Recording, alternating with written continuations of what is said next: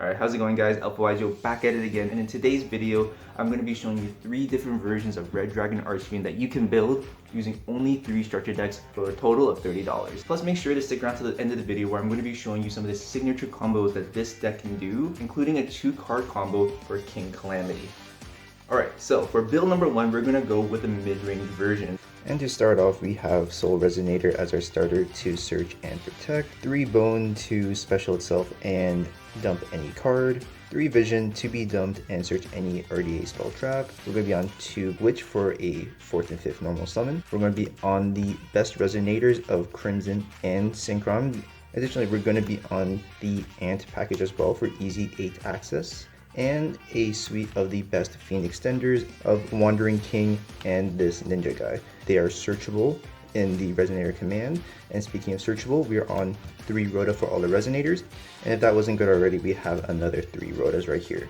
For the search targets, we are on a Red Zone, which is a great interaction piece, as well as a Fiendish Chain. These are 2 great interaction pieces that are searchable, and Fiendish Golem also gets you an extra Fiendish Chain. To round off our list, we are on the final 3 Red Rain. This card is incredibly repeatable. Every time you Synchro Summon, you fetch it back, which means interaction every turn you have it. And for the extra deck, we are on 3 Red Rising Dragon, which is the best one, alongside the new Scarred Red Dragon Archfiend at 3, as this is incredibly powerful for breaking boards and setting up, 2 RDAs for the payoff to the Scarred Red, as well as 2 Abyss for our end piece. We're on other power cards like Bane and a couple of 1-ofs that sometimes come up, and when they do are incredibly important, like Scarlet, Supernova, and the Calamities. We can even make Calamities on our turn, which means it gives us a better chance of OTKing. Now for build number 2, what we're going to be doing is a control version focused mainly on the trap cards inside the structure deck and utilizing the new cards synergizing with the classic King Backjack. Here we're going to start very similar to the last one. We're going to start with 3 Soul, 3 Bone, but this time we're going to be running 2 Vision. The reason is to make some extra space for cards like King Backjack, which work really well with the Archfiend. When it is pitched, it increases our ability to gain advantage. We're still running the 3 Crimson, but only 2 Synchron Resonator, just to make space for more trap cards. We're going to round out our monster count with 3 Wandering King, as it is incredibly powerful still. We're going to keep up our consistency with 3 Resonator Call, 3 Crimson Gaia, and in this build we're going to be running the Extravagance that comes in the structure deck. This build is completely reliant on its giant suite of trap cards, which you're going to see right now with 3 Fiendish Golem, 3 Red Rain, 2 Fiendish Chain off of the Golem, 1 Red Zone as another searchable card off of that Crimson Gaia earlier, and to round it off, 3 Terrors of the Overroot. There are a lot of trap cards here, particularly normal trap cards that work really well with King Backjack, which works really well with our Bone Archfiend, which is all very accessible. And with cards like Extravagance, we get to see these cards a lot more often. And for the extra deck here, it's going to be very similar to the last one, but some minor adjustments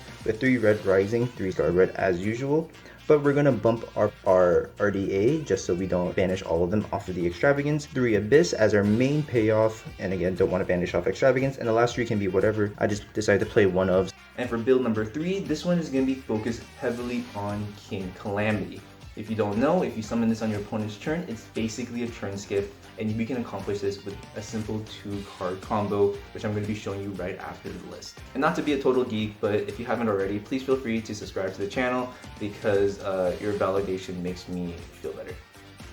And to start off this build, say with me now, 3 Soul, 3 Bone, and 3 Vision. We're going to be on 2 Synchron Resonator along with 3 Crimson, just because we have to make a little bit more space.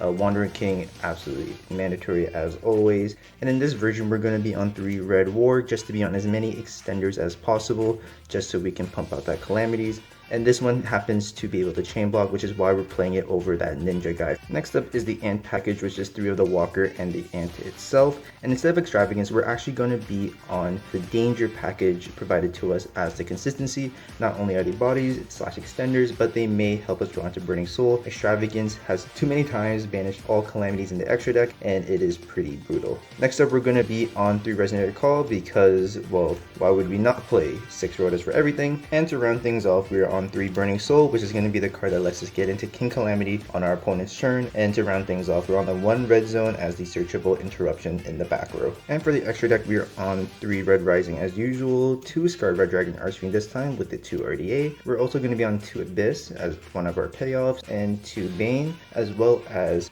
2 King Calamity. The reason for 2 is because we can typically make one on our opponent's turn with Burning Soul, and even make one on our turn on the follow-up, and we're going to have some remaining flex spots like one for Supernova and one for Scarlight.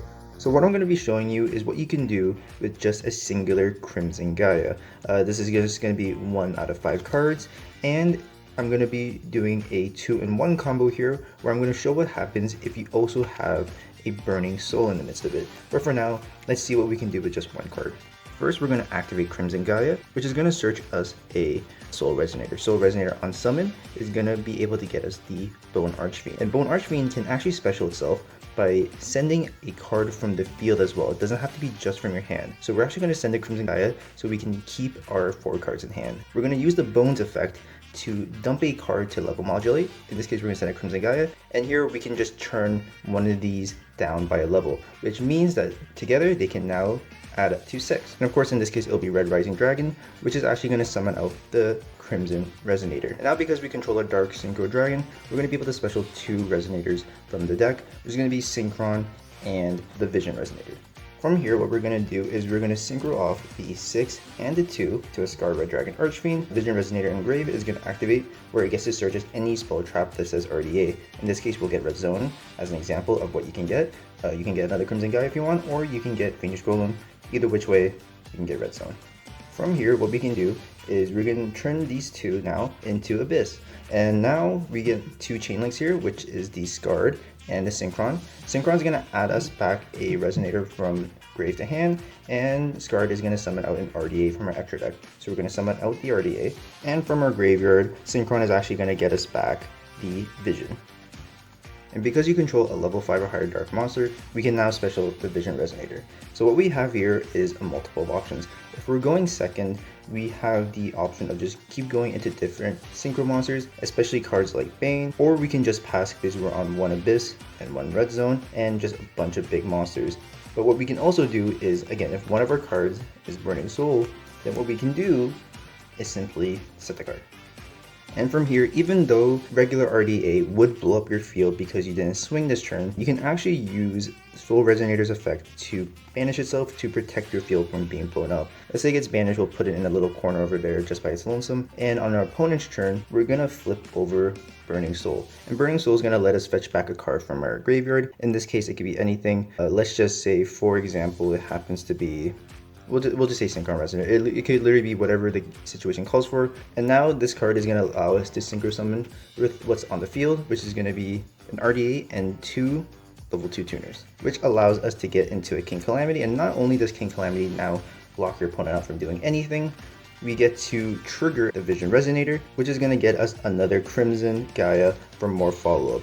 So we get a bunch of follow-up back, and of course we have now officially skipped our opponent's turn while still having interaction piece all the while.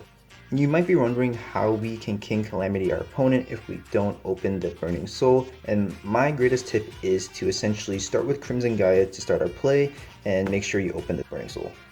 And with that said, thank you so much for watching, everyone. If you want to see how this deck is built with cards outside of the structure deck, please feel free to let me know and I'll get that to y'all as soon as possible.